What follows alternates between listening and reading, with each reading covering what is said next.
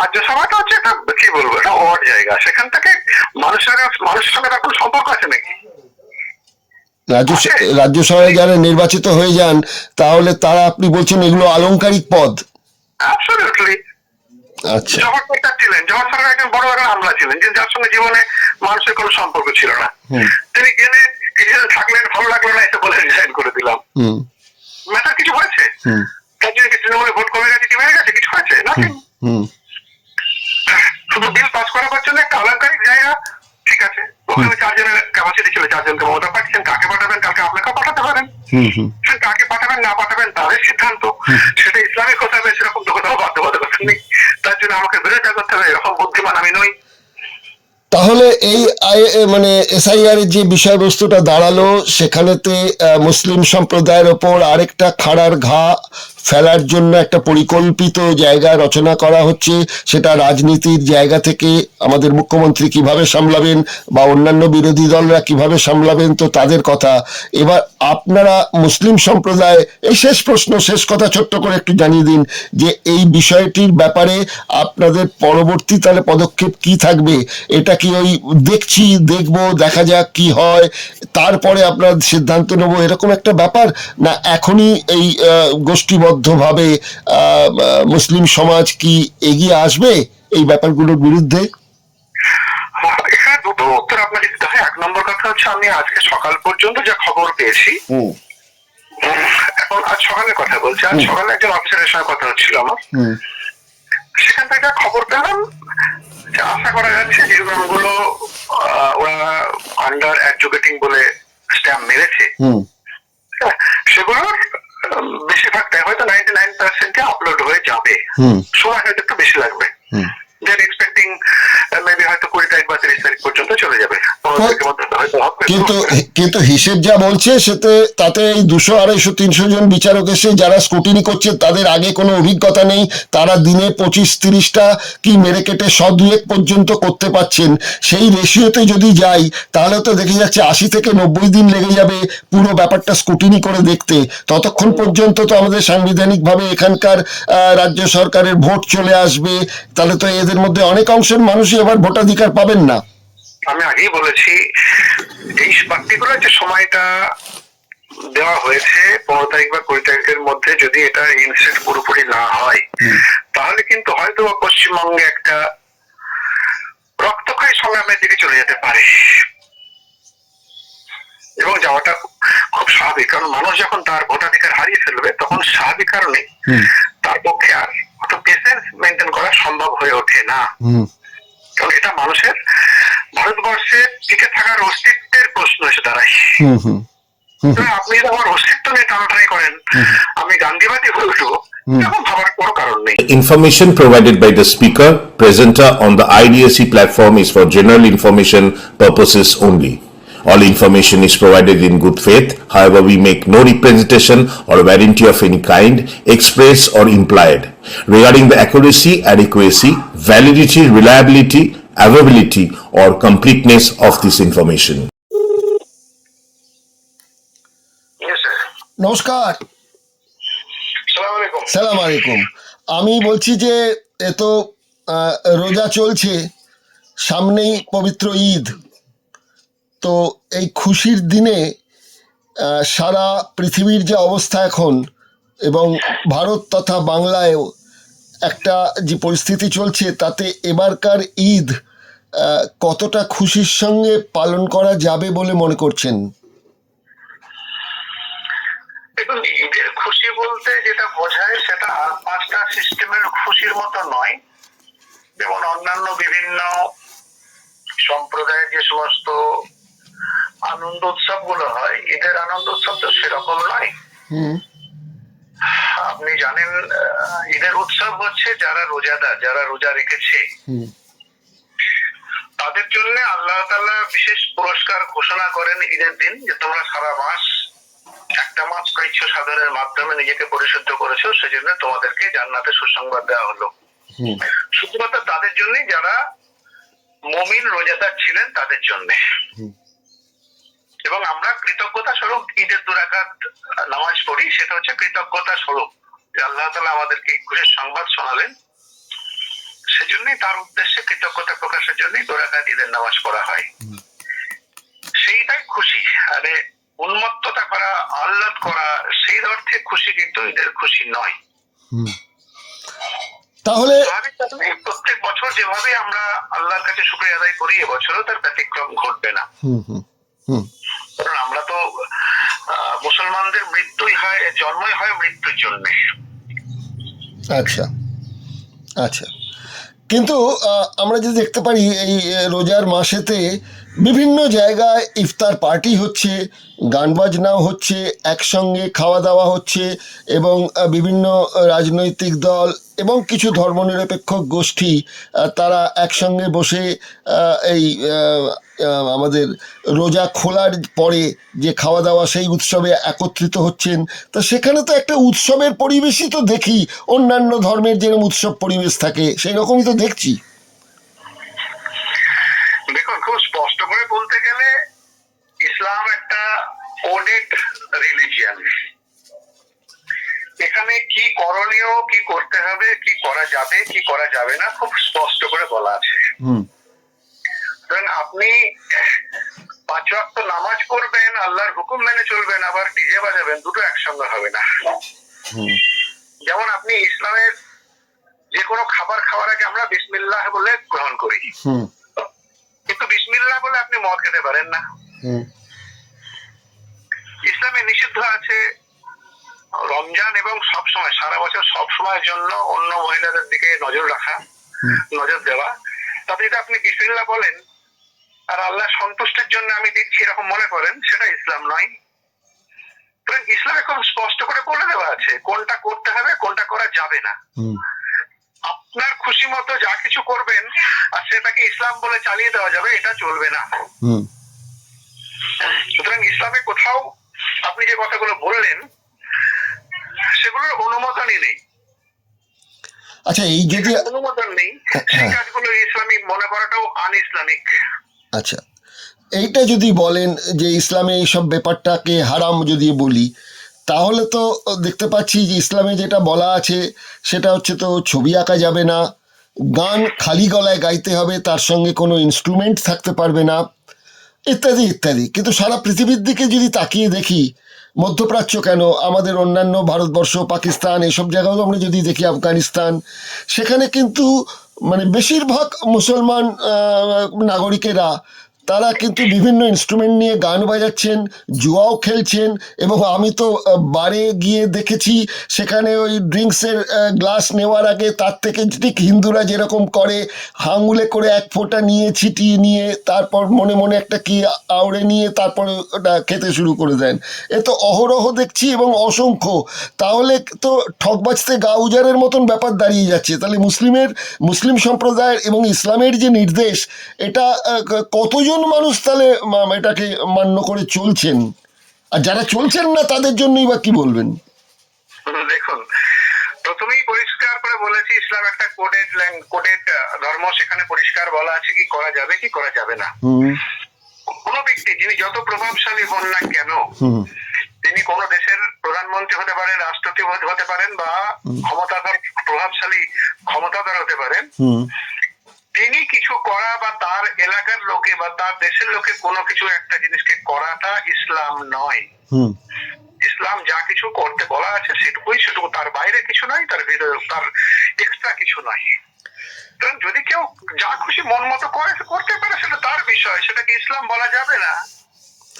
না, আমরা তো দেখতে পাচ্ছি যে শুধু এখনকার কথা বলছি না, যদি ইতিহাসের দিকেও তাকাই তাহলেও দেখব আমি তানসেন বিয়ে করছেন, মুসলিম ধর্ম গ্রহণ করছেন, অত বড় একজন গায়ক ইনস্ট্রুমেন্ট নিয়ে গাইছেন। তখনকার দিনে কবিতা লেখা হয়েছে, তখনকার দিনে আকবরও তার পৃষ্ঠপোষকতা করেছেন। তাহলে তো আপনি কি বলবেন যে প্রথম ধারার মধ্যে থেকেই মানে ইসলাম বিরোধিতা বলবো না, আমি বলবো অমান্য করার একটা প্রবণতা কি দিন দিন তাহলে তো বেড়েই যাচ্ছে? আপনি আগে যে কথাগুলো বলেছিলেন, এখন যেগুলো বললেন দুটো সম্পূর্ণ আলাদা। মদ খাওয়া, এই সমস্ত গুলো, আর এখন যেটা বলছেন কবিতা আবৃত্তি ইত্যাদি, দেখুন কবিতা লেখা আবৃত্তির মধ্যে তো ইসলাম কোনো বারণ করেনি। কোথাও সাহিত্য চর্চা কোনোদিনই বারণ নেই। কারণ আপনি দেখেছেন পৃথিবীর ইতিহাসের কথা বললেন আপনি, ইসলামের ইতিহাসেও আপনি দেখেছেন ইসলাম যেখানে যেখানে গেছে, স্পেন থেকে শুরু করে ভারতবর্ষ পর্যন্ত, সেখানকার মানুষের লোকাল কালচারকে অ্যাডপ্ট করে নিয়েছে, সেখানকার শিক্ষা, শিল্প, সাহিত্যকে একদমই একদমই একদমই করিয়েছে। ইসলামকে বিরোধিতা করেনি, বরং অন্য বিভিন্ন ধর্মের সম্প্রদায়ের কথা দেখেছি আমরা, তারা যেখানে গেছে তারা সেখানে সেগুলো সব শেষ করে দিয়েছে। এক্ষেত্রে ইসলাম কিন্তু ব্যতিক্রম। আপনার শিল্প, সাহিত্য, সংস্কৃতি ইসলামে তো বারণ নেই, বরং হযরত মুহাম্মদ সাল্লাল্লাহু আলাইহি ওয়াসাল্লাম হাদিস আপনি পড়বেন, সেখানে তারা যারা কবিতা বলতেন তাদেরকে উৎসাহ দিতেন, সে ঘটনা তো হাদিসে আছে, আপনিও পড়েছেন। কিন্তু গানে যে বলা হচ্ছে যে ইনস্ট্রুমেন্ট চলবে না, খালি গলায় গান গাইতে হবে, তাহলে বিসমিল্লাহ খান, আলী আকবর খান, বাহাদুর খান, এদের ব্যাপারে কি বলবেন? তারা তো ইনস্ট্রুমেন্টে হচ্ছেন জগৎ বিখ্যাত প্রতিভা। দেখুন, তাদের প্রতিভাকে আমরা সম্মান করছি, কিন্তু সেটাকে ইসলামিক বলতে পারবো না। আচ্ছা, প্রতিভা আলাদা জিনিস, আপনি যেটা বলছেন ইসলামিক আচরণ আলাদা জিনিস। তাদের কাজটা ইসলামিক নয়, তাদের প্রতিভাটা অস্বীকার করার কোনো জায়গা নেই, তাদের প্রতিভা অস্বীকার করার কোনো জায়গা নেই। তাদের প্রতিভাকে সম্মান করতে হবে, আমরা সম্মান করেছি। পৃথিবীর বুকে ইসলাম সম্মান দিয়ে এসছে বলে মুঘল বাদশা থেকে শুরু করে, তার আগে থেকেও শুরু করে ভারতবর্ষের এত যে শিল্প সংস্কৃতির উন্নতি, যেটা কি বলবো, মুসলমান শাসন আমলে তো বেশি ঘটেছে। 100 বার, তাই না? 100 বার। আপনি আপনার প্রতিভার বিস্ফোরণ ঘটাবেন, বিস্ফোরণ ঘটাতে বারণ করেনি ইসলামে। ইসলামে যেটা বলা আছে সেটুকু সেই জায়গাটা ডিফারেন্ট। সুতরাং সেটাকে একসঙ্গে গুলিয়ে দেওয়ার চেষ্টা করাটা খুব ভুল হবে। না, আমি তো জানতে চাইছি আপনার কাছে সেটা। আমি এই প্রসঙ্গ আনছি কেন, এই কথাগুলো আনছি এই একটাই কারণে, সেটা হচ্ছে মুসলিম ধর্ম বা অন্য ধর্মের সমালোচনা করার জন্যই না, সমালোচনার বিষয়বস্তু যতই থাকুক না কেন, আমি আলোচনা করছি এই মুহূর্তে, আমি ইরানের যুদ্ধের কথা বাদ দিচ্ছি, আফগানিস্তানের সঙ্গে পাকিস্তানের যুদ্ধের কথা বাদ দিচ্ছি, ভাই ভাই যুদ্ধ হচ্ছে, আমি সেগুলো বাদ দিচ্ছি। আমি যেটা বলতে চাইছি সেটা হচ্ছে যে আমাদের ভারতে এখন এসআইআর চলছে বিভিন্ন রাজ্যে, তার মধ্যে আমাদের বাংলা হচ্ছে একটি প্রধান জায়গা। এখানে আমরা লক্ষ্য করতে পারছি যে এসআইআরে বলা হচ্ছে যে একমাত্র উদ্বাস্তু হিসেবে বিভিন্ন দেশ থেকে যারা এসছেন হিন্দু, এবং তার সঙ্গে একটা শব্দ জুড়ে দেওয়া হয়েছে সনাতনী হিন্দু। এই ব্যাপারটা খায় না মাথায় দেয় আমার আজও পর্যন্ত পরিষ্কার নয়, তবু ঠিক আছে, এরা আসতে পারবেন, কিন্তু কোনো মুসলিমকে এখানেতে বেআইনি, মানে আইনি বেআইনি কোন যুক্তিতে, কোন সংবিধানের, সেটাও প্রশ্ন করার জায়গা নেই। তাহলে রাষ্ট্রদ্রোহিতা হয়ে যাচ্ছে। তবুও জিজ্ঞাসা করছি, রাষ্ট্রদ্রোহিতা যদি হয় হোক। আপনাদের এই মুসলিম সম্প্রদায়ের সম্বন্ধে যে কথাগুলো বলা হচ্ছে, এবং ভোটে যে নতুন যে তালিকাটা বেরিয়েছে, চূড়ান্ত তালিকা, এটাও যদিও ঠিক নয়, আরও এর মধ্যে শোধন হবে, তাতে আমরা দেখতে পাচ্ছি যে মুসলিম প্রধান যে জেলাগুলো রয়েছে সেখানে একটা ব্যাপক সংখ্যক মানুষের নাম একটা বাদ দেওয়ার প্রবণতা রয়েছে, এবং আমাদের যারা রাজ্যের শাসক দল তাদের 6 জন এমএলএ, মন্ত্রী, এদের নাম পর্যন্ত বাদ দিয়ে দেওয়া হচ্ছে। তা এটা কি আপনি বলবেন নির্বাচন কমিশন এবং কেন্দ্রীয় শাসক দলের একটা পরিকল্পনা মতোই কি এই মুসলিম ছাঁটাইয়ের বিষয়টা চলছে? এই ব্যাপারে আপনার কোনো সন্দেহ আছে কি? না, আপনার কথা বলুন। আপনাকে নিশ্চয়ই আপনার কোনো সন্দেহ আছে? 100% পরিকল্পিতভাবে বর্তমানে যে কেন্দ্রীয় সরকার রয়েছে এবং সেই দলের যে চামচা ধরা ইলেকশন কমিশন বলবো না, একটা নির্বাচন কমিশন হয়ে গেছে এই মুহূর্তে, এটা পুরোপুরি একটা সাম্প্রদায়িক কমিশনে পরিণত হয়েছে। বিরোধীরা বলছেন নির্যাতন কমিশন। বিরোধীরা বলছেন নির্যাতন কমিশন। নির্যাতন কমিশন তো অবশ্যই, কারণ এত কোটি মানুষকে লাইনে দাঁড় করিয়ে তাদের সমস্ত ডকুমেন্টস গুলো নেওয়া হলো। 2002 সালের থেকে শুরু করে, প্রজেনি থেকে শুরু করে কি কি সব শব্দ গুচ্ছ ওপরওয়ালা জানে, তারা জানে, জীবনে এত বছর বয়সে শুনিনি। এসব করে মানুষকে হয়রানি করানোর একমাত্র কারণ হচ্ছে মানুষকে হয়রানি করে যে কোনো ভাবে হোক সাম্প্রদায়িক দলটা বিজেপিকে সুবিধা পাইয়ে দেওয়া। এতে কোন রকমের কোনো সন্দেহ নেই। এবং নির্বাচন কমিশনার, নির্যাতন কমিশন বিহারে করে এসছে, দিল্লিতে করেছে, মহারাষ্ট্রে করেছে, পশ্চিমবঙ্গেও বিজেপিকে ক্ষমতায় আনার জন্য একটা পরিকল্পিত চক্রান্ত করে এত মানুষকে হয়রানির মধ্যে ফেলে দিয়েছে। এবং তারা জানে যে মুসলিম সমাজের লোকেরা বেশিরভাগ ক্ষেত্রে বিজেপিকে ভোট দেয় না, সুতরাং এদেরকে এক ধার থেকে কচু কাটা করে বাদ দাও। সেটাই করেছে। কোনো নিয়ম নেই, আইন নেই, কারণ নেই, কিচ্ছু নেই, কোনো কিছু ধার ধারে না, কোনো কিছু করে, কোনো কিছুই মানেনি, সমস্ত রকমের নিয়ম কারণ আইনের বাইরে গিয়ে তারা সমস্ত করে যাচ্ছে। এতে যে সাম্প্রদায়িক সরকারের একটা সাম্প্রদায়িক দৃষ্টিভঙ্গি থেকে একটা সাম্প্রদায়িক ইলেকশন কমিশন এটা করে যাচ্ছে, এতে কোন রকমের কোনো সন্দেহের অবকাশ নেই। এখানে যেটা আরেকটা ব্যাপার সেটা আমি বলি যে আপনার ওই বেহুলা লক্ষিন্দরের একটা কাহিনী আছে। তো সেই কাহিনীতে বলা হয়েছে যে লৌহ বাসর ঘরের একটিমাত্র ক্ষুদ্র একটা ছিদ্র দিয়েই কিন্তু কালনাগিনী প্রবেশ করেছিল এবং লক্ষিন্দরকে কামড়েছিল, যদিও বিজ্ঞান বলছে যে কালনাগিনীর এমন কোনো বিষ নেই যাতে মানুষকে মেরে ফেলতে পারে। যাই হোক, আমি গল্প কথার কথা বাদ দিচ্ছি, কিন্তু এই যে মানে ছিদ্রের কথা বললাম, ক্ষুদ্র ছিদ্র দিয়ে কালনাগিনী সাপ ঢুকেছিল, তাহলে এই মুসলিম সমাজের মধ্যে এই মুহূর্তে বিজেপির হাতে একটা অস্ত্র চলে এলো, সেটা হচ্ছে এই হুমায়ুন কবিরের বাবরি মসজিদ তৈরির একটা বিষয়। সেখানকার মানুষ যারা পিছিয়ে আছেন, যে লক্ষ লক্ষ কোটি টাকা খরচা করে হিন্দুদের রাম মন্দির তৈরি হচ্ছে, সেটাও যেমন নিন্দাজনক, এক্ষেত্রেও তো এই লক্ষ লক্ষ কোটি টাকা দিয়ে ওখানে একটা বাবরি মসজিদ তৈরি করতে হবে, নাম দিতে হবে বাবরের নাম অনুসারে, সেখানেও লক্ষ লক্ষ কোটি টাকা হচ্ছে। সেটা তো এই মুর্শিদাবাদ জেলার তো অনেক উন্নয়ন করা যেতে পারত। এই কথা বিভিন্ন বিরোধী দলরা যেমন বলছে, বিজেপিও বলার সুযোগ পেয়ে যাচ্ছে। এই বাবরি মসজিদ যে তৈরি হচ্ছে মুর্শিদাবাদে, এইটার ব্যাপারে আপনারা ইমাম অ্যাসোসিয়েশন এবং আপনাদের যে বিশাল ধর্মপ্রাণ মানুষ রয়েছেন, আপনাদের রিয়াকশনটা কি? দেখুন, প্রত্যেকটা মানুষ তার নিজের মতো করে দেখে। আমি আমার ব্যক্তিগত মতামত খুব স্পষ্ট করেছি, আগেও বলেছি, আপনার কাছে খুব স্পষ্ট করে বলতে চাইছি যে বর্তমানে হুমায়ুন কবিরের মাধ্যমে মুর্শিদাবাদে যে বাবরি মসজিদ তৈরির পরিকল্পনা চলছে, এটা একটা রাজনৈতিক মসজিদ। ইসলামে রাজনৈতিক মসজিদের কোনো বৈধতা নেই। আমার হাতে যদি কোনো ক্ষমতা থাকতো, আমি ওই মসজিদটাকে করতে দিতাম না এবং পারলে ভেঙে দিতাম। এটা খুব স্পষ্ট করে বলছি, এর মধ্যে কোন রকমের কোনো সংশয় নেই। কিন্তু যেটা করছেন তারা, এটা অন্যায় করছেন, মুসলমানদের সঙ্গে এক ধরনের প্রতারণা করছেন। ইসলামের তারা কোনো ভালো কিছু করছেন না, মুসলমানের তারা ভালো কিছু করছেন না। তাহলে এখানে যে লক্ষ লক্ষ মানুষ যোগদান করছেন, তাহলে কি তাদেরও আপনি এই অভিযোগ তাদের জন্য রাখবেন ওই হুমায়ুন কবিরের সঙ্গে? যারা ভুল জেনে বুঝে যারা যাচ্ছেন তাদের জন্য তো অবশ্যই এই কথা রইল। যারা না জেনে যাচ্ছেন, না বুঝে যাচ্ছেন, সে ব্যাপারে আমি তাদের প্রতি সমবেদনা জানাতে পারি। কিন্তু যারা জেনে শুনে ইসলামের এই হুকুমকে জেনে জানার পরেও যারা যাচ্ছেন, তারা তো নিশ্চয়ই অপরাধী, কোনো সন্দেহ নেই। কিন্তু একটা কথা তো মানবেন যে আবেগ যখন কাজ করে, ধর্মীয় অনুভূতি যখন কাজ করে, ভক্তি শ্রদ্ধা যখন কাজ করে, যৌক্তিকতা কিন্তু সেই সময় একটুখানি ধামাচাপা পড়ে যায়। সব ধর্মেই আছে এটা। ইসলাম আবেগকে অ্যালাউ করে না। তা আবেগ ছাড়া কি মানুষের মানবিক এগুলো গুণগুলো কি কখনো ফ্লারিশ করতে পারে উইদাউট আবেগ?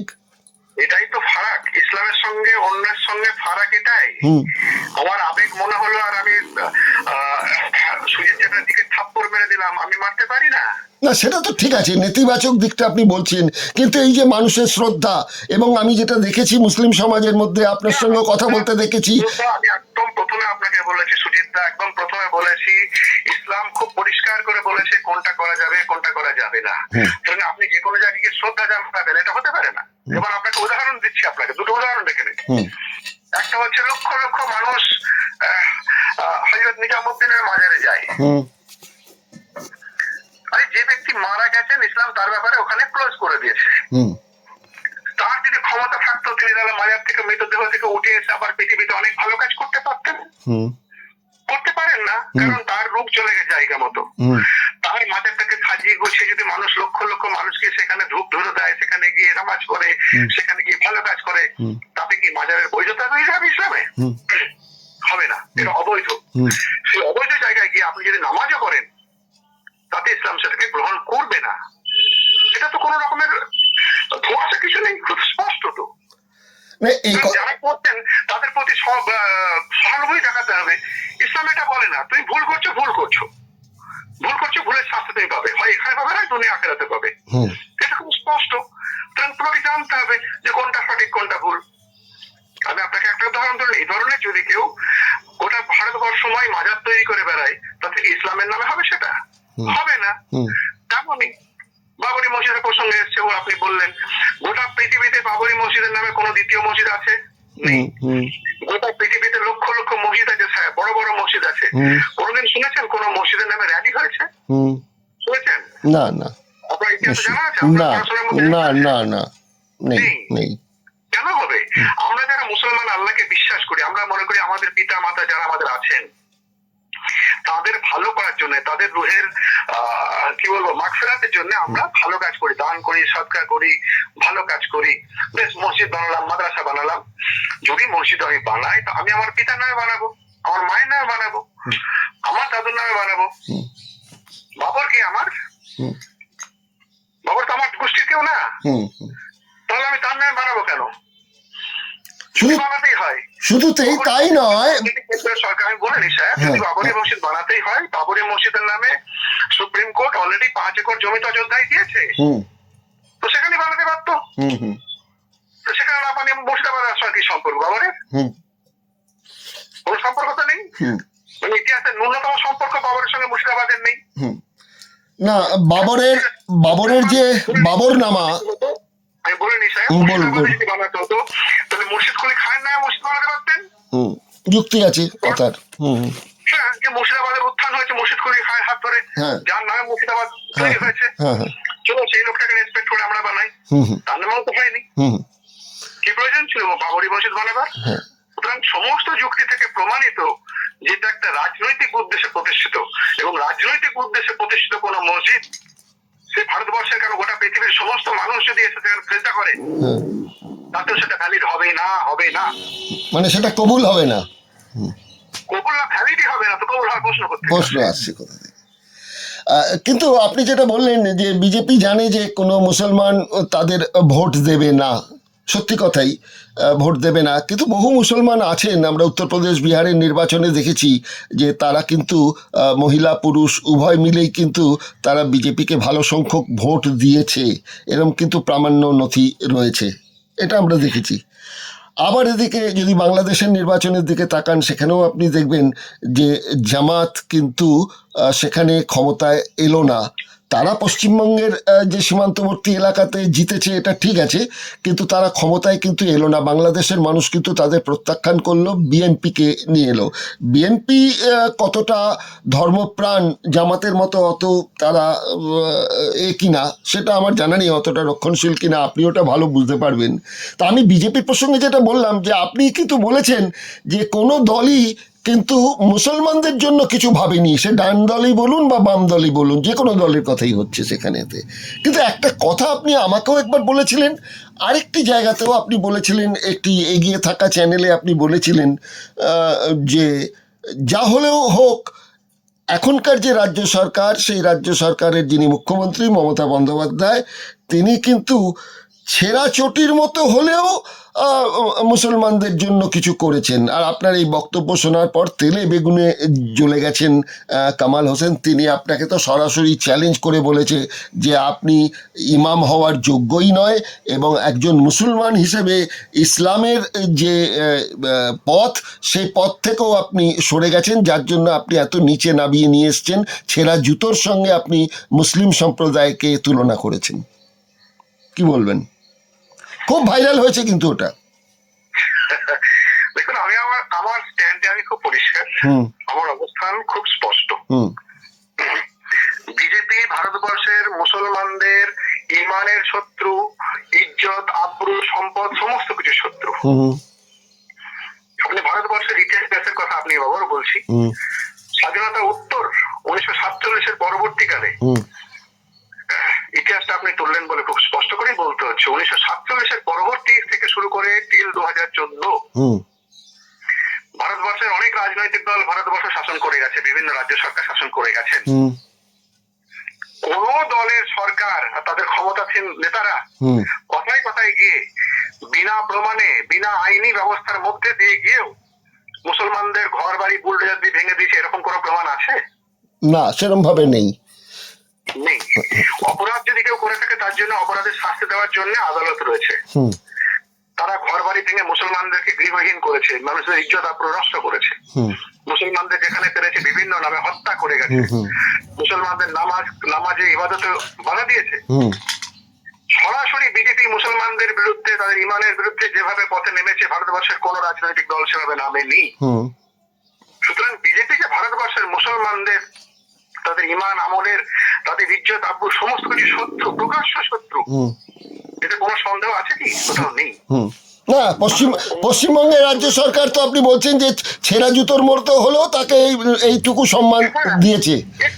আমি তো পশ্চিমবঙ্গের পার্সপেক্টিভে অবশ্যই বলেছি। এবং আবার উনি মুখ্যমন্ত্রী এও বলেছেন যে যে গরু দুধ দেয় তার লাথি খেতে হবে। সেটা অন্য পার্ট, তিনি কি বলেছেন তার জন্য আমি জবাবদিহি করছি। আমি যেটুকু বলেছি আমার কথা বলুন। হ্যাঁ, পশ্চিমবঙ্গের ক্ষেত্রে অনেক রকমের সামাজিক, রাজনৈতিক, অর্থনৈতিক সমস্যা মুসলমানদের আছে, সেগুলো হয়তো অ্যাড্রেস করা হয়নি, সবটা পূরণ হয়নি, অনেক কিছুই পূরণ হয়নি, সেগুলো সামাজিক, রাজনৈতিক, অর্থনৈতিক সমস্যা। কিন্তু এটা তো ঘটনা যে মমতা বন্দ্যোপাধ্যায় সরকার তার বিজেপির মতো হঠাৎ করে মনে হলো আর কি মুসলমানদের ঘর বাড়ি বুলডোজার ভেঙে দাও, এরকম তো করেনি। মুসলমানরা কোথাও নামাজ পড়ছে, সেখানে মমতা দলের সরকার বা তার দলের নেতা মন্ত্রীরা গিয়ে তার পিছনে লাঠি মেরে ফেলে দিয়েছে, সেরকম তো কোথাও ঘটেনি। না, কিন্তু নিন্দুকেরা বলছে যে এই 27% ভোট যেটা রয়েছে সেটাকে নিজেদের কাছে অটুট রাখার জন্যই এই মুসলিম প্রেম। কি করবেন সেটা তো আলাদা কথা। একটা হিন্দি গানের কলি আপনাকে মনে করিয়ে দিই, এটাও খুব ভাইরাল, আপনি কথা আপনার কথাই বলছি, সহি হ্যায় ঝুটা হ্যায় সহি প্যার তো কর। আচ্ছা আচ্ছা, হ্যাঁ, তো বিজেপি তো সেরকম প্যার করতে পারতো মুসলমানদের সঙ্গে, মিথ্যা প্যারই করতে পারতো। হ্যাঁ, তার মানে এখানে তো আপনি আবেগকেই তো আপনি প্রাধান্য দিচ্ছেন, যে মিথ্যে হলেও আমাকে প্রেমের অভিনয়টুকু তো করো, এটাও তো আবেগ থেকে বলছেন। আমি তো বলছি সে মিথ্যা করেই করুক, সে মুসলমানদের ঘর বাড়ি কেন ভাঙবে, মুসলমানদের আপনার কেন নষ্ট করবে, মিথ্যা করেই বলুক আমি তোমাদের সঙ্গে আছি, তোমাদের ঘর বাড়ির দায়িত্ব আমাদের, আমরা তোমাদের ঘর বাড়ি ভাঙছি না, আমরা তোমাদের মসজিদে আক্রমণ করছি না, আমি তোমাদের নামাজে আক্রমণ করছি না, আমি তোমাদের মেয়েদের ইজ্জত আব্রুতে হাত দিচ্ছি না, আমি তোমাদের মুসলমানদের গো খাওয়ার অপরাধে মারছি না। মিথ্যা করেই করুক না, ভালোবাসতে হবে না, মিথ্যা করে সেগুলো করুক। তাহলে কামাল হোসেনের বক্তব্যের এতে আপনি কি জবাব দেবেন? তার বক্তব্যের তার জবাবটা আমি জবাব দেবো না, আমি আমার বক্তব্য না, ওরা তো আপনার নাম করে বলছেন না, উনি তো আপনার নাম করেই জোর গলায় বলছেন। সুজিত দা যেই বলুক না কেন, যিনি বলেছেন তার বক্তব্যের ক্লারিফিকেশন তিনি দেবেন। আমি আমার বক্তব্যের ক্লারিফিকেশন দিলাম খুব স্পষ্ট করে, আমার মনে হয় সেটা পরিষ্কার হয়েছে। হ্যাঁ, যেটুকু মমতা বন্দ্যোপাধ্যায় সরকার এবং তার দল মুসলমানদের যেটুকু সম্মান দিয়েছে তো একটু তো দিয়েছে। এখন তো পশ্চিমবাংলায় কোনো মসজিদে আক্রমণ হয় না, এখন তো কোনো পশ্চিমবঙ্গের মসজিদে ত্রিপল দিয়ে ঢাকতে হয় না হোলির দিনকে। ইউপিতে কেন হয়, বিজেপির শাসিত রাজ্যগুলোতে কেন হয়? তাহলে তো মিথ্যা অভিনয় দিয়ে মসজিদের সামনে দুজন বিজেপি নেতাকে দাঁড়াতে পারতো, আজকে আমরা তোমাদের সঙ্গে আছি এসো, কেউ জানে কাছে ঝামেলা না করে। করেছে কি? বরং উল্টে মুসলিমদেরকে তাড়িয়েছে। আপনার উত্তরাখণ্ড থেকে শুরু করে ইউপি থেকে শুরু করে সমস্ত ইতিহাসটা আপনার সামনে রয়েছে, সমস্ত জ্বলন্ত ঘটনা আপনার সামনে রয়েছে, মুসলমানদের সঙ্গে কি করা হয়েছে। এমনকি যে সমস্ত আরবি নামওয়ালা লোকেরা বিজেপির সঙ্গে ছিল, তাদের কি বলবো মন্ডল মেম্বার ছিল, তাদেরকে পর্যন্ত বিজেপি কি করেছে সব জানেন আপনি। তারা মুসলমানদের শত্রু না বন্ধু, তাদেরকে বন্ধু ভাববো কি করে, কোন অপশনে? তাহলে এখনকার কথা বলুন, এই এসআইআর এর যে হারে নাম বাদ গেছে এবং মুসলিম সম্প্রদায়ের নামগুলোকে বেছে বেছে অনেক জায়গায় বাদ দেওয়া হচ্ছে, একদম টার্গেট করে নেওয়াই হচ্ছে, বিভিন্ন রাজনৈতিক দলও এই অভিযোগ জানাচ্ছে, তাহলে এর উপায়টা কি দাঁড়াবে? আপনাদের এখানেতে বক্তব্যটা কি থাকবে? এটার কি প্রতিরোধ, প্রতিবাদ বা যাই হোক না কেন, এইগুলো কি সংঘবদ্ধভাবে শুধু মুখের কথা থাকবে, না এটার কোনো বলিষ্ঠ কোনো পদক্ষেপ মুসলিম সমাজ নেবে? সময় বলবে খুব তাড়াতাড়ি। আমার তো মনে হয় যদি সুপ্রিম কোর্টের নির্দেশ অনুযায়ী এই 60,65 লক্ষ লোকের নাম আবার রিইনস্টেট না হয়, তাহলে হয়তো পশ্চিমবঙ্গের রক্তক্ষয়ী সংগ্রাম হতে বাধ্য এক সময়তে, কিছু করার নেই। কারণ আপনি আমার সমস্ত কিছু কেড়ে নেবেন, আমি চুপ করে বসে আঙুল চুষবো, এটা তো হতে পারে না সাহেব। আগে যেটা ছিল না, ইদানিং দেখা যাচ্ছে যে বাংলায় আমরা গর্ব করতাম যে এখানে ধর্মের ভিত্তিতে কোনো ভোট হয় না, ধর্মের ভিত্তিতে কোনো রাজনীতি হয় না, এবং আমাদের এখানেতে কোনো পরস্পরের প্রতি ওই ঘৃণাটাও পশ্চিমবাংলায় নেই, সেটা ভারতবর্ষের একটা মডেল হিসেবে বিবেচিত হতো। সেখানে কিন্তু এখন দেখা যাচ্ছে, আপনি মুসলিম সমাজের কথা বেশি বলতে পারবেন, আমি হিন্দু সমাজের মধ্যে দেখতে পাচ্ছি অনেক মানুষের মধ্যে কিন্তু একটা সুপ্ত বিষবৃক্ষ যেটা রোপণ করে গিয়েছিলেন ওই বিষবৃক্ষের রচয়িতা বঙ্কিমচন্দ্রের কথাই বলুন, বা রেনেসার সেই বাঙালিদের কথাই বলুন, কি পরবর্তীকালে রাজনৈতিক দলের নেতাদের কথাই বলুন, প্রত্যেকে সেই জিনিসটা একটা জায়গায় তৈরি করে রেখে আরেকটা অভিযোগ আপনাদের দেওয়া হয় যে আপনাদের স্বাধীনতা সংগ্রামেতে সেরকম কোনো অবদান নেই, আপনারা বরঞ্চ বন্দে মাতরম গাইতে রাজি হন না, এবং এর থেকেই বোঝা যায় যে আপনাদের দেশের প্রতি কোনো রকম কোনো আপনারা ত্যাগ বা দেশের প্রতি কোনো রকম ভালোবাসা কিছু দেখাননি, সুতরাং আপনাদের এখানেতে সসম্মানে থাকার অধিকারটাও নেই, এরকম কথাও তো বলা হচ্ছে। এবং সবচেয়ে বড় কথা যে এই কদিন আগে শান্তনুবাবু, অর্থাৎ ওই মতুয়া সম্প্রদায়ের যিনি সাংসদ এবং আমাদের একজন কেন্দ্রীয় সরকারের মন্ত্রী, তিনি বলেছেন যে এই এসআইআর করে আমরা কিন্তু বদলা নিচ্ছি, বদলা নেব না, তিনি প্রশ্ন করেছেন। এটা খুব ভাইরাল হয়েছে এবং আমিও এই সম্পর্কে ওনার বক্তব্য নিয়ে একটা রিল ছেড়েছি। আপনি শুনেছেন কথাটা? না, শুনিনি আমি। আচ্ছা, উনি বলেছেন যে আমরা এটা বদলা নিচ্ছি, মানে নির্বাচন কমিশন তালিকা তৈরি করছে, তাতে একজন কেন্দ্রীয় শাসক দলের নেতা এবং কেন্দ্রীয় মন্ত্রী তিনি বলছেন যে এই বদলা নেওয়ার সুযোগ ছাড়বো নাকি, বদলা নেব না, কি বলবেন? প্রমাণিত হলো যে বিজেপি নির্বাচন কমিশনের মাধ্যমে এটা করছে, এটা আপনার কথাতেই পরিষ্কার যে বিজেপি করছে। নির্বাচন কমিশন সেখানে মাত্র কাঠের পুতুল, তার কোনো ভূমিকাই নেই, বিজেপি সেটা করাচ্ছে। তাকে নির্বাচন কমিশনকে সেফগার্ড দেওয়ার জন্য 2023 সালে আইন নিয়ে এসে তখন থেকেই প্ল্যানিংটা চলছিল, ইমপ্লিমেন্টেশন হয়েছে 2026-25-এ এসে। এই প্ল্যানিংটা আজকের নয়। দ্বিতীয়ত আপনি যেটা বললেন পশ্চিমবঙ্গে, আমি দেখুন এখনো বিশ্বাস করি আপামর মুসলিম হিন্দু মুসলমান পশ্চিমবঙ্গের বাঙালি মানুষরা তারা এখনো অনেক বেশি অসাম্প্রদায়িক। এখনো 70% মানুষের বেশি কিন্তু মানুষ বিজেপিকে ভোট দেয় না। এখনো কিন্তু, আমি গতকাল পরশু কথা বলছি, এখনো কিন্তু এই ধরনের পশ্চিমবঙ্গে মুসলিমদের শুধু নয় পুরো বাঙালিদের নাম এই কেটে দেওয়ার বিরুদ্ধে যারা রাস্তায় নেমেছিলেন তাদের কিন্তু একটা বড় অংশই হিন্দু। সুতরাং এরকম ধরনের ন্যারেটিভ তৈরি করার প্রচেষ্টা করাটার আমি বিরুদ্ধে, যে বাঙালি হিন্দু মানেই তারা একটা হয়ে গেছে, হিন্দুত্ববাদের দিকে চলে গেছে, তারা সাম্প্রদায়িক হয়ে গেছে, আমি ন্যারেটিভটার বিরুদ্ধে। ওরা এই ন্যারেটিভটা তৈরি করার চেষ্টা করে যাচ্ছে লাগাতার ভাবে, এবং যারা বিভিন্ন মিডিয়াতে আছেন তারা এই ধরনের প্রশ্নই কন্টিনিউ করে যাচ্ছেন যাতে ন্যারেটিভটাকে ভ্যালিডেট করে দেওয়া যায়। আমি এটা এখনো বিশ্বাস করি না সুজিতদা। আর আপনাদের বিরুদ্ধে অনেক বেশি অসাম্প্রদায়িক। আর আপনাদের বিরুদ্ধে যেটা আরেকটি প্রশ্ন ঘুরে ফিরে বারবারই বলেন যে আপনারা স্বাধীনতা সংগ্রামে আপনাদের কোনো অবদান নেই, আপনারা বন্দে মাতরম গান গাইতে অস্বীকার করেন বলেই। আমি বলি আপনাকে, আস্তে কোন কথা ঘুরাই হাসবো। স্বাধীনতা আন্দোলনে মুসলমানরা কজন ছিলেন, আর যারা আজকে ফুটানি করে বলছেন, গালাগাল দিয়ে বলছি, ফুটানি করে বলছেন বন্দে মাতরম গাইবার, তাদের দলের একটা লোকের নাম বলুন যে লোকটা স্বাধীনতা আন্দোলনে গিয়ে শহীদ হয়েছে, একটা লোকের নাম বলুন, পারবেন? না, আছে কোথায়, আছে কোথায়? তাহলে তাদের কাছে শিখতে হবে নাকি স্বাধীনতা আন্দোলনে কারা প্রাণ দিয়েছে? পশ্চিমবঙ্গের কি বলবো, এখান থেকে লাহোর পর্যন্ত জিটি রোডের ধারে যত গাছ আছে প্রত্যেকটা গাছে একটা করে মৌলানার লাশ ঝুলেছিল সেদিনকে, মনে নেই? তারা ভুলে গেছে ইতিহাস, ভোলাবার চেষ্টা করানো হচ্ছে। আপনি বলছেন ভোলাবার কথা চেষ্টা হচ্ছে, হলো কেন? ক্ষমতা নিয়ে বিজেপি সরকারের যদি এত ক্ষমতা থাকতো সেখানে 2-4টা আরএসএস এর নাম লিখতো, বুঝেছে? আপনি বলছেন ভোলানোর চেষ্টা করা হয়েছে, ভুলবে তো তখন যখন তাদের মনের ভেতর থাকবে সেটাকে ভুলিয়ে দেওয়ার চেষ্টা হবে। আমি কিন্তু অনেক মুসলিম মানুষের কাছে যখন বঙ্কিমচন্দ্রের কথা বলেছেন হ্যাঁ শুনেছি, তার বই পড়েছি। যখন বলেছি দীনবন্ধু মিত্রের নীলদর্পণ পড়েছেন কিনা, তারা বলেছেন হ্যাঁ পড়েছি। কিন্তু যখন বলেছি মীর মোশাররফ হোসেনের জমিদার দর্পণ পড়েছেন কিনা, মীর মোশাররফ হোসেনের নামটাও তারা শোনেননি।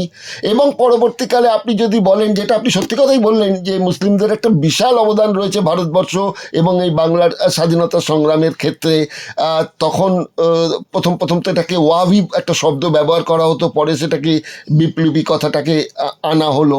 তা আপনাদের মধ্যে আমি অনেকের সঙ্গে কথা বলে দেখেছি, তাদের যদি বলি যে 5 জন মুসলিমের নাম বলুন যারা শহীদ হয়েছেন ব্রিটিশের বিরুদ্ধে লড়াই করতে গিয়ে, অধিকাংশই কিন্তু আমাকে সেই নামগুলো বলতে পারছেন না। আমাকে তখন এরকম প্রায় 50 জনের নাম তাদের কাছে আমি শোনালাম, তারা বলছেন না এই নামগুলো আমরা প্রথম শুনেছি। তাহলে তো এটাও আপনাদের ব্যর্থতা যে আপনারাও ওই মুসলিম সমাজকে যতটা কোরআন পড়তে বলেছেন, যতটা হাদিস পড়তে বলেছেন, কিন্তু ভারতের স্বাধীনতা সংগ্রামে মুসলিম যারা যারা প্রাণ দিয়েছেন এবং ধনে প্রাণে তারা মারা গেছেন, তাদের সমস্ত সম্পত্তি লুট করা হয়েছে, তারা বিরাট একটা তালিকা আছে। এগুলো কিন্তু হিন্দুদের কথা বাদ দিচ্ছি, এই মুসলিম সম্প্রদায়ের মধ্যেও তো আপনারা সেগুলোকে প্রতিষ্ঠা করতে পারেননি, যারা সে কথাগুলো সোচ্চারে গিয়ে কোথাও বলতে পারে। এটা তো আপনাদের ব্যর্থতা। আপনার কথা শুনে একটু হাসি পাচ্ছে, এটা বলতে খারাপ লাগলেও বলতে বাধ্য হচ্ছি। হ্যাঁ, বলুন বলুন বলুন। আপনার কাছ থেকে এই ধরনের কমেন্টস আমি সত্যি সত্যি আশা করিনি। এবারে লার্নেড পার্সন আমি জানি। না না, বলুন বলুন। শিক্ষা ব্যবস্থায় ক্লাস 1 থেকে শুরু করে মাস্টার ডিগ্রি পর্যন্ত যে শিক্ষা সিলেবাস ব্যবস্থা আছে, আপনি যেগুলো বললেন সেগুলো এর মধ্যে ইনক্লুড কোথাও নেই। ফলত একটা শিশু যখন শেখে, সে যখন ইতিহাসের প্রতি আগ্রহ বোধ করে, সে যেটা পড়ে এসছে সেখান থেকে তার আগ্রহটা তৈরি হয়, তাকে শেখানো হয়। আপনি পড়ুন না, ক্লাস 1 থেকে, আমি বলছি আপনাকে, ক্লাস 1 থেকে মাস্টার ডিগ্রি পর্যন্ত যে পড়াশোনা করা হয়, সেখানে ইতিহাস, ভূগোল, বাংলায় কোথাও মুসলমানদের অবদানটাকে স্বীকৃতি দেওয়া হয়নি। এগুলো একটা পরিকল্পিত ভাবে ব্রেন ওয়াশ আজকের থেকে না, দশকের পর দশক ধরে চলে আসছে। তবে কোথায়, আমি আপনাকে বলছি, পশ্চিমবাংলা একটা বিদগ্ধ এবং খুব নামী প্রতিষ্ঠান, যারা প্রত্যেক বছর একটা পুরস্কার দেন। শুনেছেন নাকি গত 20 বছরে কোনো মুসলমান ভালো ব্যক্তি যে ভালো লেখেন তার নামে পুরস্কার হয়েছে? পাবেন না। না না, সে তো হয়ে গেছে বাংলা সাহিত্য, মানে হয়ে গেছে হিন্দুদের লেখা। আর যদি কোনো মুসলিম লেখে সেটা হয়ে গেছে মুসলিম সাহিত্য। কোনো দলিত যদি লেখে তার নাম হয়ে গেছে দলিত সাহিত্য। সাহিত্যেরও জাত ধর্ম হয়ে গেছে। আপনি নিজেই সেটা বুঝতে পারছেন, নিজেই স্বীকার করছেন। এই যেটা করছে তাকে ক্লাসিফিকেশনটা কে করছে? আমরা করছি, মুসলমানরা করছে না। ঠিক আছে, আপনাদের দায়িত্বের কথা বলছি। আপনারা কি জানিয়েছেন? এটা কোনো সমাজের একটা কোনো পার্টিকুলার ধর্মীয় সোসাইটির বা ধর্মীয় গোষ্ঠীর কাজ নয়। না, আমি আপনার ধর্মীয় সোসাইটির কথা বলছি না। আপনারা যারা লার্নেড পার্সন, আপনাদের মধ্যে যারা শিক্ষক রয়েছেন, তারা কি বলেছেন যে গান্ধীজির একজন সঙ্গী ছিলেন যিনি ব্যারিস্টার, তার নাম মাজাহারুল হক, যিনি যিনি যিনি হ্যাঁ হ্যাঁ করেই বলছি, আপনি এগুলো কোনো ক্লাসে পড়ে এসছেন, ক্লাসের শিক্ষা ব্যবস্থার কোনো পাঠ্যবই পড়ে এসছেন, না আউট অফ দ্য সিলেবাস কি পড়াশোনা করছেন, করতে করতে শিখেছেন? কোনটা? Of course out of the syllabus, সবটাই আউট অফ দ্য সিলেবাস। আমার কেন আউট অফ দ্য সিলেবাস হতে হবে? গান্ধীজি যিনি সঙ্গী আছেন তিনি কেন সিলেবাসের অন্তর্ভুক্ত হবেন না? কেন নেতাজি সুভাষচন্দ্র বোসের সঙ্গী যিনি ছিলেন, জীবন দিয়ে রক্ষা করলেন তাকে, তার নাম কেন পাঠ্য বা অন্তর্ভুক্ত হবে না? আমাকে বলতে হবে? মুসলিম তারিখদের বলতে হবে? কেন বলতে হবে? এটা তাদের অধিকার, সেই শাহনওয়াজ খানদের অধিকার পাঠ্য অন্তর্ভুক্ত থাকার।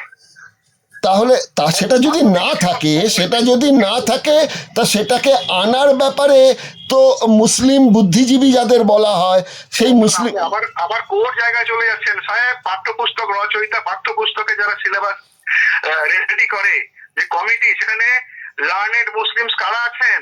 কোথায় আছেন দেখান আপনি।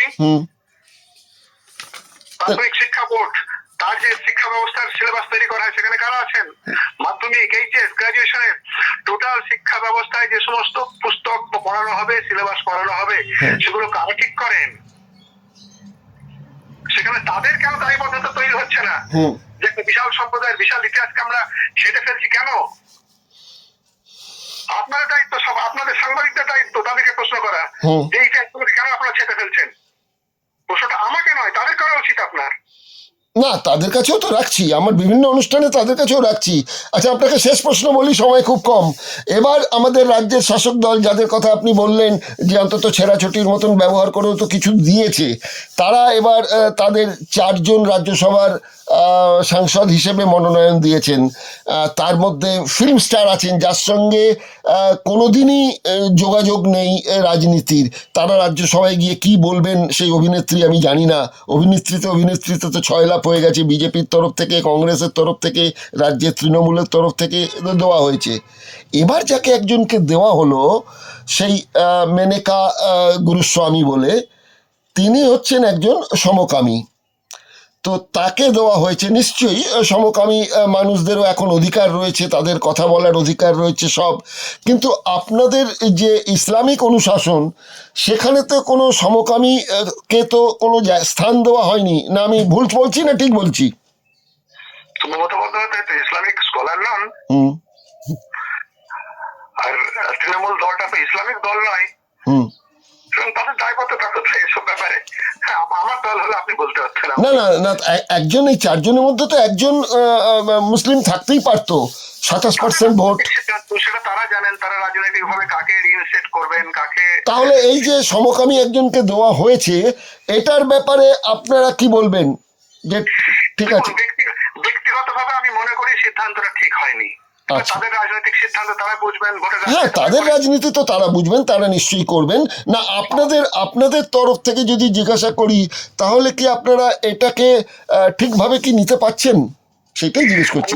আমি আগেই বলেছি ব্যক্তিগতভাবে বিষয়টাকে আমি সমর্থন করছি না, কিন্তু রাজনৈতিক অধিকারের ক্ষেত্রে ভারতবর্ষে তাকে একজন রাজনৈতিক কি বলবো কর্মী হিসেবে তাকে যদি কেউ কোনো দল তাকে প্রমোট করে, সে রাজনৈতিক বিরোধিতা করার কোনো অপশন নেই। না নিশ্চয়ই, না না, কিন্তু আপনি যেটা বললেন, আপনাদের ইসলামিক যে অনুশাসন এবং অনুশাসন নির্ভর হচ্ছে আপনাদের ধর্মবিশ্বাস। আমি বলছি আপনাকে, ইন্টারাপ্ট করেই বলছি, ইসলামিক অনুশাসন শুধুমাত্র মুমিন মুসলমানদের জন্য, সেটা মমতা বন্দ্যোপাধ্যায়, সুজিত চট্টোপাধ্যায়ের জন্য তো নয়, সেটা আমার জন্য, আমার ব্যক্তিগত জীবনের জন্য ইসলাম আমার অনুশাসনকে আমি মেনে চলবো। কিন্তু সব ক্ষেত্রে আপনি মমতা বন্দ্যোপাধ্যায়, অভিষেক বন্দ্যোপাধ্যায়, কি বলবো, বিমান বসু, তারা ইসলামকে অনুশাসন মেনে চলবেন এই আশা করবো কেন? অদ্ভুত আশা করা নয়। তারা তাদের ভাবনা চিন্তা অনুযায়ী, তাদের রাজনৈতিক, তাদের ধর্মীয় ভাবনা চিন্তা তারা চলবেন। তাদের কোনো আচরণ যদি আমার ইসলামের কোনো কন্ট্রাডিক্টরি হয়, আমি লাভ মেরে উঠে বলবো এই ভুল করছো, এটা তো ঠিক হচ্ছে না, আমার কোনো জায়গা নেই। আমি ইসলামকে মেনে চলছি কিনা এটা আমার কাছে বড় প্রশ্ন। আপনি চলবেন কি চলবেন না সেটা আপনার সিদ্ধান্ত, কারণ আপনি তো ইসলামকে মানেন না, আপনি তো নন মুসলিম এমনিতে আছেন, আপনার ইসলামকে মেনে চলার দায়বদ্ধতা কোথায়? নেই তো। আপনার যখন ইসলামকে মেনে চলা দায়বদ্ধতা নেই, তাহলে তা আপনার কাজের জন্য ইসলামিক লোকেদের লাভ মেরে কিছু বলা আমার মনে হয় এটা খুব একটা অযৌক্তিক। না না, আপনি ঠিকই বলেছেন, এটা আপনার ব্যক্তিগত জায়গা থেকে আপনি বলেছেন যে এটাকে আপনার মনে হয়নি যে এটা ঠিক হচ্ছে ইসলামিক অনুশাসন মতো, কিন্তু এই যে 27% ভোট থাকবে, এতগুলো জন মুসলিম ভোটার থাকবেন, সেই ভোটে কি এটার কোনো এফেক্ট পড়তে পারে আগামী বিধানসভার নির্বাচনে? দেখুন, রাজ্যসভাটা হচ্ছে একটা কি বলবো, একটা ওয়ার্ড জায়গা, সেখান থেকে মানুষের সঙ্গে এখন সম্পর্ক আছে নাকি? রাজ্যসভায় যারা নির্বাচিত হয়ে যান, তাহলে তারা, আপনি বলছেন এগুলো আলংকারিক পদ? অ্যাবসলিউটলি।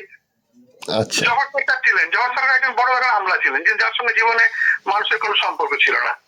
তিনি গেলেন, কিছুদিন থাকলেন, ভালো লাগলো না, এসে বলে রিজাইন করে দিলাম। ম্যাটার কিছু হয়েছে? তার জন্য তৃণমূলে ভোট কমে গেছে কি বেড়ে গেছে? কিছু হয়েছে না।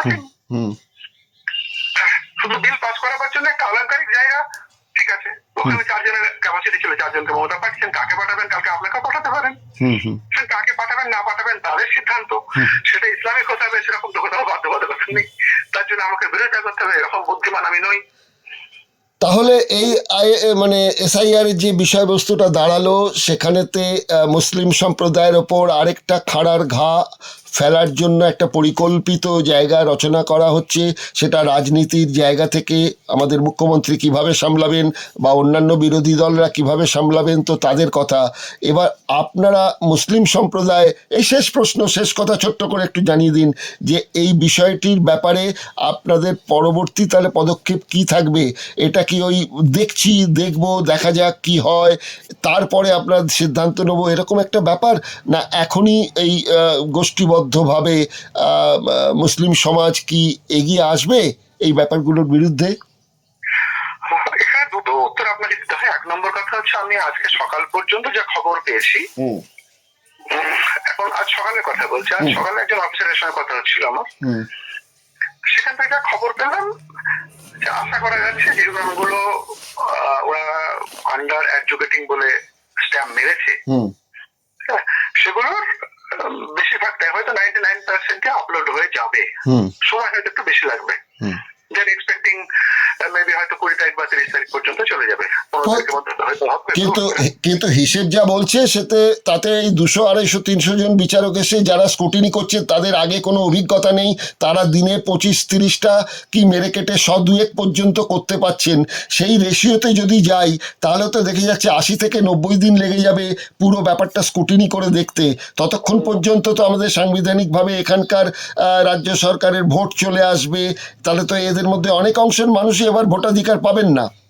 আমি আগেই বলেছি, এই পার্টিকুলার যে সময়টা দেওয়া হয়েছে 15 তারিখ বা 20 তারিখের মধ্যে যদি এটা ইনস্টেট পুরোপুরি না হয়, তাহলে কিন্তু হয়তো পশ্চিমবঙ্গে একটা রক্তক্ষয়ী সংগ্রামের দিকে চলে যেতে পারে, এবং যাওয়াটা খুব স্বাভাবিক। কারণ মানুষ যখন তার ভোটাধিকার হারিয়ে ফেলবে তখন স্বাভাবিক কারণে তার পক্ষে আর অত পেশেন্স মেনটেন করা সম্ভব হয়ে ওঠে না। কারণ এটা মানুষের ভারতবর্ষে টিকে থাকার অস্তিত্বের প্রশ্ন এসে দাঁড়ায়। আপনি যদি আমার অস্তিত্ব নিয়ে টানাটানি করেন, আমি গান্ধীবাদী হয়ে উঠবো, এরকম ভাবার কোনো কারণ নেই। ঠিক ঠিক। তাহলে তো আপনি একটা বেশ মানে আন্দাজ যেটা করেছেন আগামী দিনে যদি এই রকমই অবস্থা চলতে থাকে তাহলে আবার একটা মানে গৃহযুদ্ধ একটা হতে পারে, তাই তো? খুব স্বাভাবিক, সেদিকে তো বিজেপি প্ল্যান করে নিয়ে চলেছে, এটা নতুন কিছু নয়। বিজেপি ভারতবর্ষে গৃহযুদ্ধ করে নিয়ে যাবে, এটা ওটার আজকের প্ল্যান নয়, বহুদিনের প্ল্যান। হ্যাঁ, তাহলে তো হিন্দু বাঙালি আর হিন্দু কি বলে মুসলিম বাঙালি এই দুজনেরই অস্তিত্বই তো তাহলে বিপন্ন হতে যাবে। খুব স্বাভাবিক। আপনি গুজরাট থেকে মহারাষ্ট্র থেকে আপনার উড়িষ্যা পর্যন্ত সব জায়গাতেই হয়তো ঘটনাচক্রে কিছু বেশি মুসলিমের নাম এসছে, বাঙালি দেখলেই তারা পিটিয়েছে। বাঙালিকেই তোরা বাঙালি ভারতবর্ষের একটা প্রদেশ বলে মনে করছে না এখন, ওরা পশ্চিমবঙ্গ তো বাংলাদেশ বলে মনে করছে। কারণ নাহলে আবার আপনি বলুন না, দিল্লি পুলিশ গিয়ে আপনার পিঠে মেশিন লাগিয়ে বলে যেটা প্রমাণ করবে আপনি বাংলাদেশি না এদেশি, তাহলে দিল্লি পুলিশ বঙ্গভবনে চিঠি লিখে পাঠায় যে বাংলাদেশি ভাষা এটা হচ্ছে কিনা। কারণ বাংলা একটা শিডিউল ল্যাঙ্গুয়েজ, প্রত্যেকটা টাকার নোটে ছাপানো আছে, তারপরেও তারা জানে না যে পশ্চিমবঙ্গের বাংলা একটা শিডিউল ভাষা। তো বাংলা বলার জন্য শুধু মুসলিম তো না, হিন্দু মুসলিম সবাইকে তো পিটিয়েছে, ওরা পিটিয়ে যাচ্ছে আজও। বাঙালির অস্তিত্বই প্রশ্নের মুখে এই মুহূর্তে। আজকে শুধু মুসলিমদের বাদ গেছে, এডুকেটিং হয়েছে তা নয়। আপনি মতুয়া এলাকা দেখুন, লক্ষ লক্ষ মুসলমান হিন্দুদের নাম বাদ গেছে, বাদ যায়নি। তাহলে কি এটাই হতে চলেছে সাপে বর? মানে বিজেপি যেটা আশা করে আছে, এই যে ঘটনাটা এসআইআর নিয়ে করে বসলো, তাতে তাদের সমর্থন আরো মানে কমবে বই বাড়বে না, এইটাই তো একটা অনুমান করা যায় আপনি যা বলছেন। আমি আশা করছি পশ্চিমবঙ্গে 2026-এর ইলেকশনে বিজেপি হয়তো একটাও সিট পাবে না। পেয়েছিল গতবার 75-76খানা, এবারে হয়তো একটাও পাবে না। সে কি, আপনাদের অভিষেক বন্দ্যোপাধ্যায় বলেছেন 50-এর ওপরে পাবে না, আপনি বলছেন একটাও পাবে না? একটাও পাওয়া উচিত নয়। তাহলে 294টা আসনের মধ্যে তৃণমূল আশা করছে 250। আপনি কি তাহলে ওদের বাকি যদি বাদ দেন তাহলে পরে বাকিটাও ধরে রাখছেন? আরো দল তো আছে, তৃণমূল ছাড়া কি ভারতবর্ষ পশ্চিমবঙ্গের রাজনৈতিক ফোরে আর কোনো দল নেই? হ্যাঁ, সে তো আছে। ধরে রাখুন কংগ্রেস এবং বাম, এই দুটোকেই আমরা ধরতে পারি। তাহলে কংগ্রেস আছে, বাম আছে, আইএসএফ আছে, এই সব আমি ফ্রন্টগত জোটগত ভাবে বলছি, অনেক ভালো ভালো দল আছে, তারা কিচ্ছু পাবে না। বিজেপির মতো একটা সাম্প্রদায়িক দল সবটাই খেয়ে যাবে ক্রিম, এরকম ন্যারেটিভ ভাবার কোনো জায়গা নেই। তারাও কিন্তু ময়দানে আছেন। আচ্ছা, দেখা যাক। আজ অনেকটা সময় আপনার কাছ থেকে নিয়ে নিলাম। হ্যাঁ, ভালো থাকুন। আগাম ঈদের শুভেচ্ছা জানাচ্ছি। ঈদ এলে পরে আমি আবার শুভেচ্ছা জানাবো আপনাকে। নমস্কার। আসসালামু আলাইকুম ওয়া রাহমাতুল্লাহ।